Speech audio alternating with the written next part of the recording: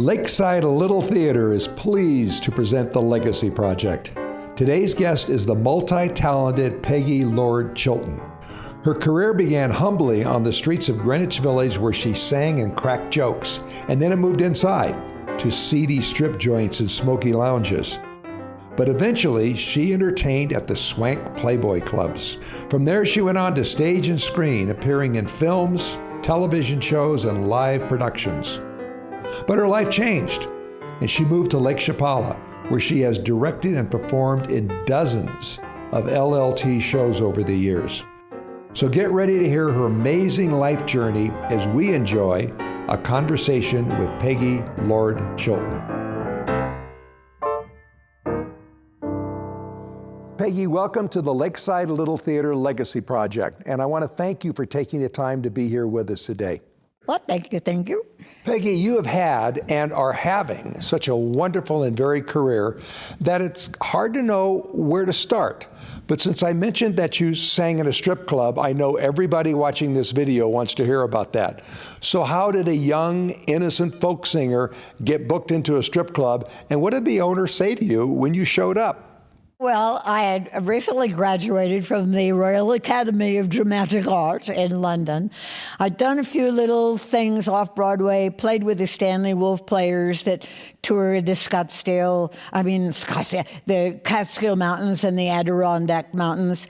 And I, back in the city, don't have a job, see in the showbiz newspaper that an agent is looking for exotics and beautiful girls.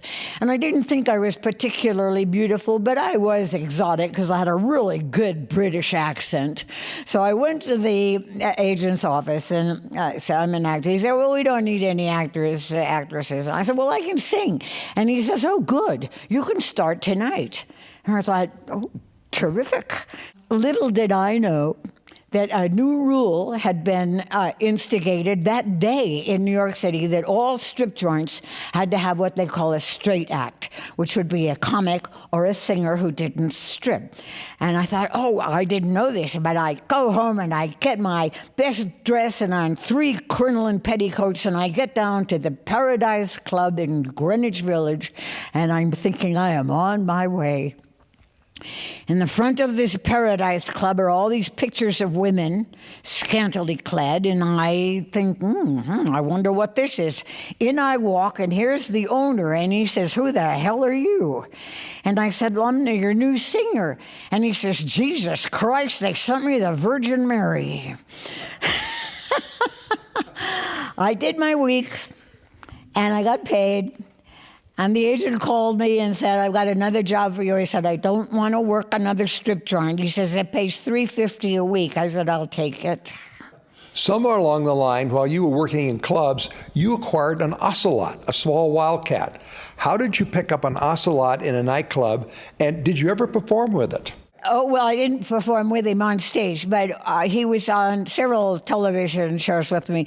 I was playing some private club in Pittsburgh, and when I walked in one night, the hat check girl said, come, you have to look at this. And in the corner was this little tiny spotted cat, and it came out and it smelt my hand and kind of licked my hand, and I petted it. And behind me, a guy says, oh my God, I can't believe that little cat came out. It only claws and hisses at everybody. And he tells me it's an ocelot. The next night, the ocelot is there again, and the guy is there, and he says, would you like to buy this cat? So I really liked the little thing, and I said yes, so I bought it. It ended up being a 40-pound cat, which is very big for an ocelot, but he wasn't out in the wild, and I'm feeding him chicken and God knows what all. But he used to do some funny things. He was definitely a showbiz cat. There was a woman in, I think Cincinnati. It was an afternoon television show. And in those days, they had all these sing-along records. So all these towns or cities that I'd play in, when they knew I had this ocelot, they would say, bring the cat, bring the cat. So here we are, and we're doing the pre-show stuff and what I will do. And they're going to play this record. And I'm going to sing to the cat. They're going to put the cat up on a shelf, and I'm going to sing, you're driving me crazy. Okay, cool. I didn't know it, but the audience that afternoon were all Girl Scouts and Boy Scouts and brownies and all those little things. And so it's time, the show runs, and it's time now for Whiskey and I. His name, by the way, was Whiskey. We put Whiskey up on the shelf. They put the record on, and I start to sing to this cat. Now, you're driving me crazy. And he opens his mouth, and he shuts my mouth with his teeth. And these Girl Scouts and Boy Scouts and brownies, and they went wild. They laughed and screamed, and it took minutes and minutes to calm them all down. But this little cat, I think, was saying, look, I heard the song. I didn't like it then, and I don't like it now. Eventually, your singing career brought you to the Playboy clubs, and you toured clubs across the nation, but you never wore a bunny suit. So what kind of an act did you do, and what did you wear? Well, I was a singing comedian, and this is, over time, developing your so-called act. And I used to come on in lovely, wonderful gowns with what they called a tearaway skirt. And I'd sing a couple of tunes, and then the skirt, you'd tear away the skirt, and I'd have fringe or feathers or ruffles, and I'd sing a song kind of related to that. And then the first time I ever knew of the Playboy Club, I had been introduced to Vic Lowndes. I was on my way driving to California, hoping to get into something. And I meet Vic Lowndes, who was Hugh Hefner's right-hand man.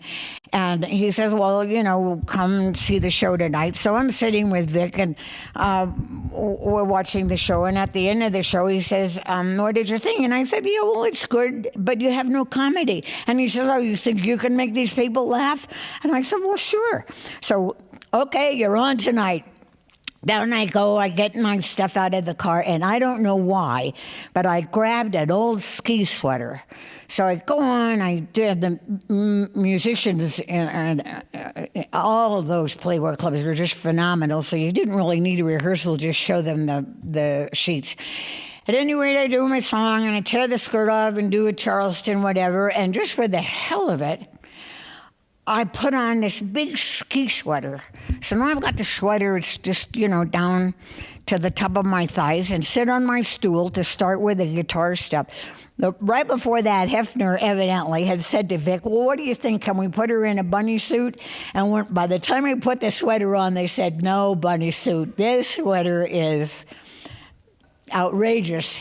And so that's how, it's funny how things just kind of naturally groove along. So ever after, I used the sweater on the thing. While you were at the clubs, you inspired and you modeled for a cartoon that eventually became a strip that I'm sure every man watching this video knows well, Little Annie Fanny. How did you get to be the model for Little Annie Fanny? Well, I had been dating in New York a fellow called Russ Heath. He was a cartoonist, and he was ghosting for the Steve Canyon series. And by that, I mean he was doing all the drawing, even though the original inventor of that series was not doing it.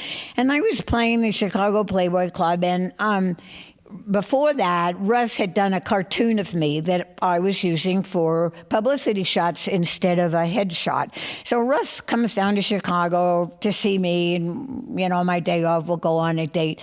And he meets Harvey Kurtzman, who was working with it was one of the writers and the people on Playboy magazine, and they got to like each other. And Russ showed Harvey this cartoon that he'd done of me. And the two of them got together and said, oh, wow, let's do a comedy cartoon series. So they got their heads together and they came out with Little Annie Fanny. And that original cartoon that Russ did of me was the original Annie Fanny. And of course it evolved over the years, but that was kind of fun. Let's move from the Playboy clubs to the movies. Now, I know that you appeared in 17 films, but one that caught my eye was The Fork, a 2008 film by Robert Reed in which you played a grandmother. How was that? Well, it was a 19-hour shoot, and they had put some kind of plastic wrinkles on me. And when we ended the shoot, it was like the middle of the night, and the makeup person was, trying to pull this up. Stan, I'm dying. And I was at the dentist the next morning at 8 o'clock. But I'll tell you what, when they get the grandfather coming out of the dark corner, and she sees him, it was easy for me to have tears coming down because I was in such terrible pain from the toothache.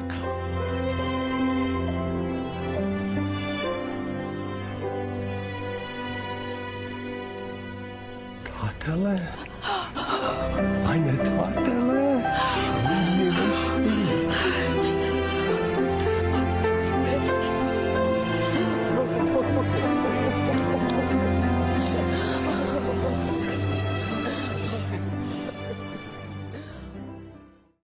I hear you were on a TV show in Mexico where you lost your eyebrows. You want to tell us about that? Did you really lose your eyebrows? There was I lived in Mexico City for 11 years with my first husband, and wonderful times. There was a woman there, JeanMarie, and she had an English-speaking television show on one of the channels, and she used to call me from time to time to play a song or to do whatever, but I also had a reputation of being a relatively good cook. So she would call me every once in a while and say, can you do this? Well, this particular time, she said, can you do crepe Suzette? So, well, sure. So I've got all the stuff. I've got the dough. I've got the hoo-ha-ha, and we all set up, and it's time. And it comes to the point where you're supposed to set the crepes on fire. And because of the television lights, I can't tell if the flame is there. So I lean over to see if they're burning, and I stand back up, and she shrieks, all my eyelashes and eyebrows have been burned off. In general, which do you like more, TV or movies? Oh, gosh. That's hard to say, but I think I like doing films probably the most, and for a very self-serving reason. It's that you show up and they do your hair, they do your face, they do your costumes, and then you do whatever you're going to do. And they pay so much attention to you, it's kind of fun. Television is more work, and of course live theater is, as anybody who's ever done it knows, it's a lot of work. But I like them all. They're all different, as you say. Well, I think it's time to leave Hollywood and come to Chapala, which you once called the place where rich Texan men go to retire. But since you're neither Texan nor a man, how did you get to Chapala? Well, as I say, I lived in Mexico for 11 years with my first husband, and in those days you had to go to the border every year to get your papers renewed. And every time we would drive by Chapala, there'd be a sign, drive by Guadalajara, there'd be a sign pointing to Chapala, and my husband would always say, Chapala, oh, that's where all the rich Texans go to retire. So life goes on, things happen. 2008 happens, there's a big crash, and nobody's doing any union work in LA. And while I'm doing quite a bit of non-union work, because I had to take what they call FI-CORE, financial core, which proves that you're not making any money. And it got to where I was hardly even making my rent. So I called my broker and said, like everybody else, I'm dying here.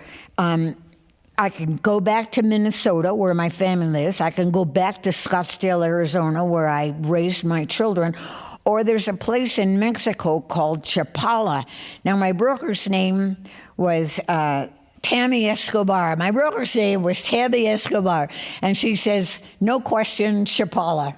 And I've been here ever since. And but one of my criteria was, is there any theater? I think it was Alan McGill happened to be backstage or someplace, and he, showed me the theater, and I thought, oh my gosh, this is better than most of the theaters in LA, which are, hovels. Some of the smaller theaters in New York are okay, but still, I was amazed. And so I said, okay, it's got to be Chapala. I think your first play with LLT was The Boyfriend. So how was your debut? Well, I love this too. What's his name? Eleanor and Dick Stromberg. Dick was the musical director of The Boyfriend, and I go into audition and I've got my binder full of, my 13, 14 audition songs. And he says, no, you have to sing Somewhere Over the Rainbow. He's got everybody singing Somewhere Over the Rainbow. But I sang it and I got cast.